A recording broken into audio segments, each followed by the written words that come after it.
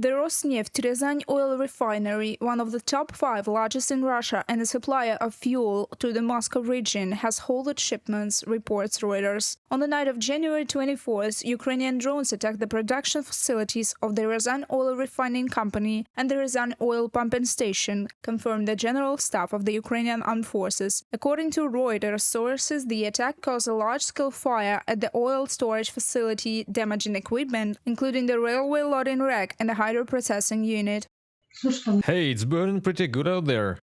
According to Reuters, over the past year, Russian oil refineries lost 30% of their capacity due to downtime caused by drone attacks and repair difficulties resulting from Western sanctions on the supply of technology and equipment to Russia.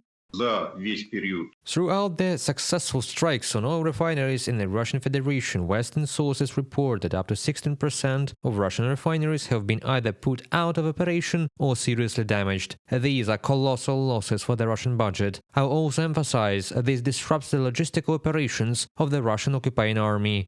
Strikes on oil refineries damage not only military logistics but also Russian energy companies as a whole, which in turn impacts the entire economy of the aggressor country. Another blow could be a decrease in oil prices. U.S. President Donald Trump said at the World Economic Forum on January 23rd that he wants to ask OPEC and Saudi Arabia to lower global oil prices in order to end Russia's war against Ukraine as soon as possible. And I'm also going to ask Saudi Arabia and OPEC to bring down the cost of oil. You got to bring it down, which frankly, I'm surprised they didn't do before the election. That didn't show a lot of love by them not doing it. I was a little surprised by that.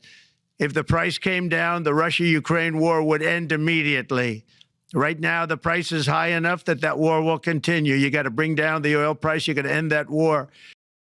A decrease in oil prices to $45 per barrel could force Putin to sit at the negotiation table, stated U.S. Special Representative for Ukraine and Russia Kit Kellogg. Tighter sanctions on the Russian oil industry will be an additional tool to pressure the aggressor country. Failing oil prices would reduce federal budget revenues and could undermine the stability of the regime, analysts at the Institute of the Study of War believe. This could lead to a decrease in Russia's share of the global oil market, thereby reducing its influence on the world stage. The Kremlin will try to prevent this from happening.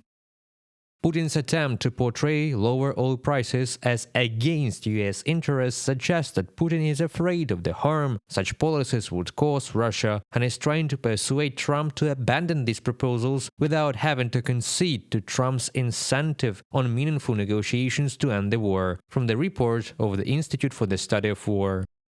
On January 10th, the US and the UK imposed sweeping sanctions on Russia's oil industry. The restrictions affected major Russian oil extraction and insurance companies, service providers in the oil and the gas sector, Russian officials, and vessels from Russia's shadow fleet. The new US sanctions have forced India and China, the largest buyers of Russian oil, to look for new suppliers. Reported by Alexandra Zaslavets, Natalia Husak, Volodymyr Shtengelov, UATV News.